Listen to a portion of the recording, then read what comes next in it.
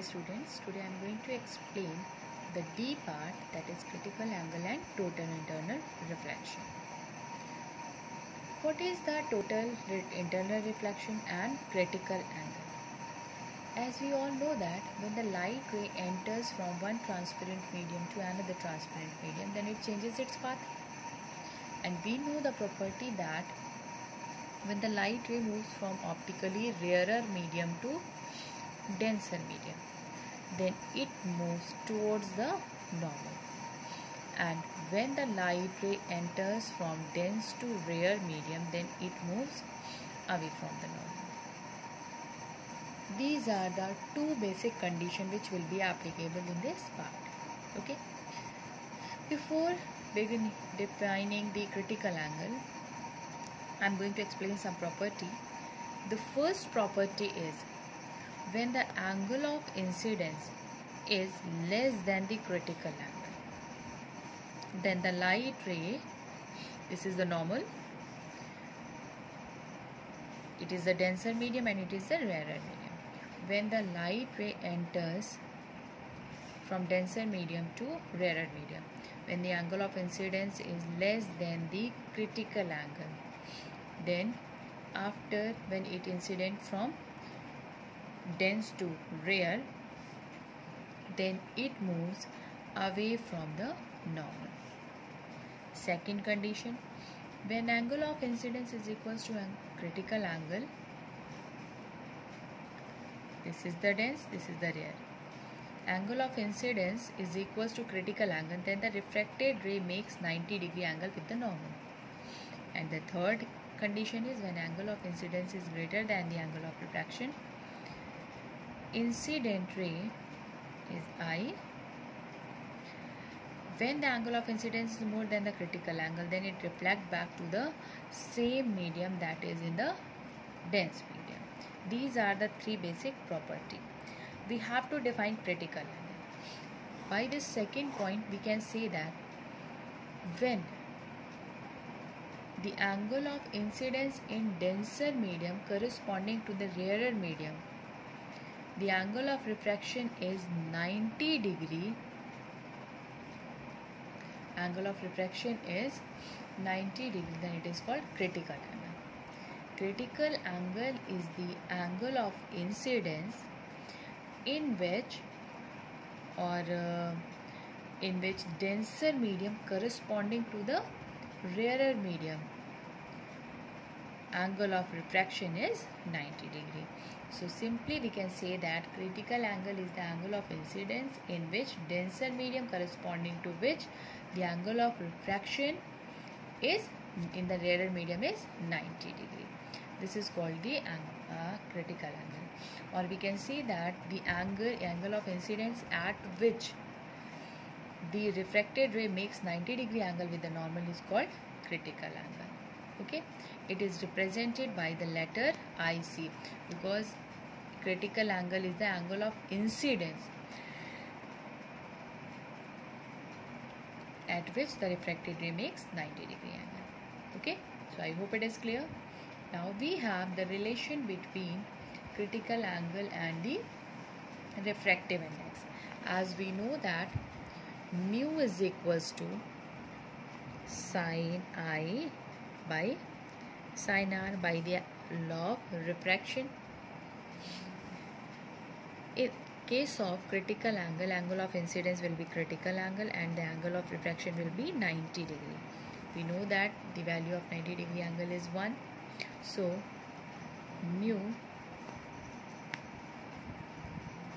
Ga from glass to air, from dense to rare is equals to sin IC because this critical angle is for denser to rarer. Okay, and as we know that when we interchange the medium air to glass, then it will be reciprocal 1 by sin IC or the critical angle. This is the formula, or we can write sin IC is equals to 1 upon A mu G.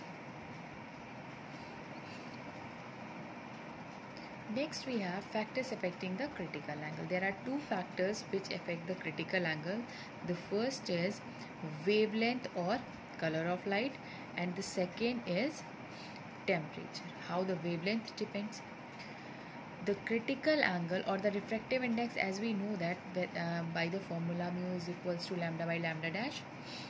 Lambda or the color or the wavelength, the refractive index of the transparent medium decreases with the increase in wavelength because they are inversely proportional.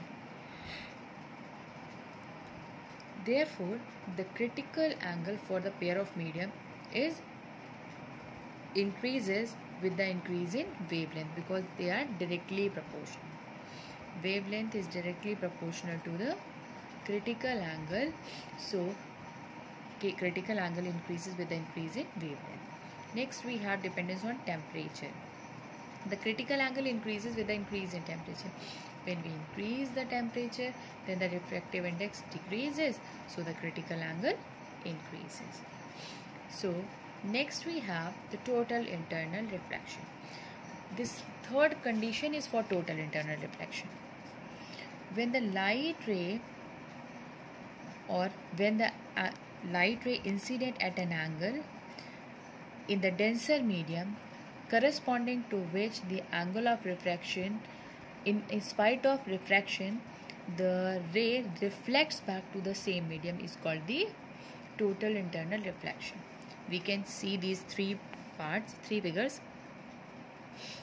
When we increase this angle, initially it is less, then it is equal, then refraction is 90, refracted ray is 90. When angle of incidence is more than critical angle, then it reflects back to the same medium. This condition is called the total internal reflection. So we can say that when a ray of light traveling in a denser medium is incident at a surface of a rarer medium at an angle of incidence greater than the critical angle for a pair of media, the light ray reflects back to the same medium that is in denser medium. This phenomenon is called total internal reflection. Next we have essential condition for the total internal reflection. As I explained, the angle of incidence must be greater than the critical angle, and the light ray must travel from denser to rarer medium. These are the two basic conditions which will be applicable in total internal reflection, and only on these two conditions the total internal reflection will be possible. Okay, next we have refraction and total internal reflection of light rays at different angle of incidence. Here a figure is given in which everything is clearly given. This is the medium. I am going to explain that figure. We have a medium. It is the rarer, it is the denser medium. Okay. Initially, this is the angle of incidence. Draw the normal at the point of incidence. In this condition, angle of incidence is less than the critical angle. So we know that when the light ray moves from denser to rarer medium, it moves away from the normal. Okay. Second condition is from the same source. When the light ray enters, an angle of incidence is equals to critical angle. This is the normal. The refracted ray makes 90-degree angle. This is called the critical angle. It is 90 degrees, so it is called the critical angle. The third condition is when the light ray enters at an angle greater than the critical angle, the light ray reflects back to the same part. This is called the total internal reflection, and this is the condition for critical angle.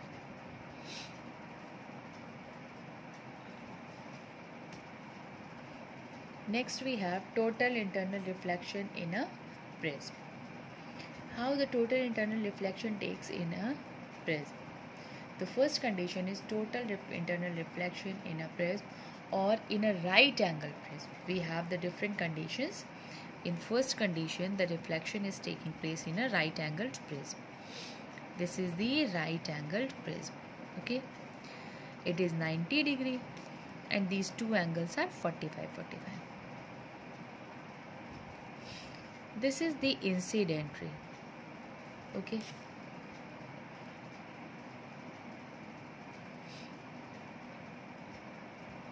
this is the normal. This is 90, it is 45, so it is also 45. The angle will be reflected, the light ray will be reflected, because angle of incidence is equals to angle of reflection. Next light ray, incident, reflected. So in this condition, we see that when two parallel light rays are incident, then they will reflect. The reflected rays will be parallel. This is called the total internal reflection, because the light rays, reflected rays, or the light ray which is emerging out after incidence is in the same medium. Second, to deviate a ray of light through 180 different angles, and when the light ray enters at different angle, the different diagrams will be drawn. Okay, in second, we have to deviate a ray of light through 180 degree. In C, to erect an inverted image without deviation. I am explaining the figures, all the figures. In B part, the angle of 90 degree angle, right angle, is on the top. These are the 45 degree angles. Here we have the object, incident ray. After incident, it will change the medium, so it is the refracted ray. When this refracted ray strikes the surface, then it will behave like incident ray. Here we can draw the normal and we'll see that this light ray will emerge out. For an object, for the formation of image, at least two rays are required. The same type of diagram will be drawn here. Incident, we'll draw the normal. Reflected ray, we'll draw the normal here. Here the reflected ray will behave like incident ray. Again, when it will be reflected, then it will form the image of this object OA. It will be A dash O dash. Okay, so I hope you can draw the diagram. Different diagrams are given. You just try to draw. If you have any problem, then you can ask. Next topic we have use of a total internal reflection prism in place of a plane mirror. What is the use of it? So the first is, the use is, a total internal reflection prism is used in place of plane mirror or deviates a light ray by 90 degree in a periscope and by 180 degree in binocle, as well as in a camera. It can deviate the light ray at 90 and at 180 degree. Because of that it is used. The reason is that due to the total internal reflection, the prism, the entire incident ray 100% is reflected back into the denser medium. Whereas in ordinary reflection from a plane mirror, some light is reflected and absorbed, so the reflection is not 100%, because the refraction also takes place. Thus the image obtained by the use of total reflection prism is much brighter than the plane mirror. So we have the distinction between total internal reflection and reflection from a plane mirror. The first is, in total internal reflection, it takes place only when the light passes from denser to rarer, but reflection can take place when the light enters from dense to rare or from dense to rare to dense. Next is, the entire light in total internal reflection, the entire light is reflected, but in case of reflection 100% light is not reflected. In total internal reflection, when the 100% light ray reflects, then there is no loss of energy. But in case of reflection from a plane mirror, there is a loss of energy. Okay. Next, we have some common consequences. The first consequence is, on a hot sunny day, a driver may see pool of water in front of him at some distance. This phenomena is called mirage, which is often observed in a desert. An empty test tube placed in water in a beaker with its mouth outside the water surface shines like a mirror when seen at certain angle. Because of the critical angle, because of the total internal reflection, we will have number of phenomena. Here we are discussing about the common consequences of the total internal reflection. So I hope it is clear. If you have any queries, then you can ask. And the ray diagram or the diagram of the rays on the prism, different questions are given. You have to draw these questions in your copy, and if you have any queries, then you can ask. Thank you.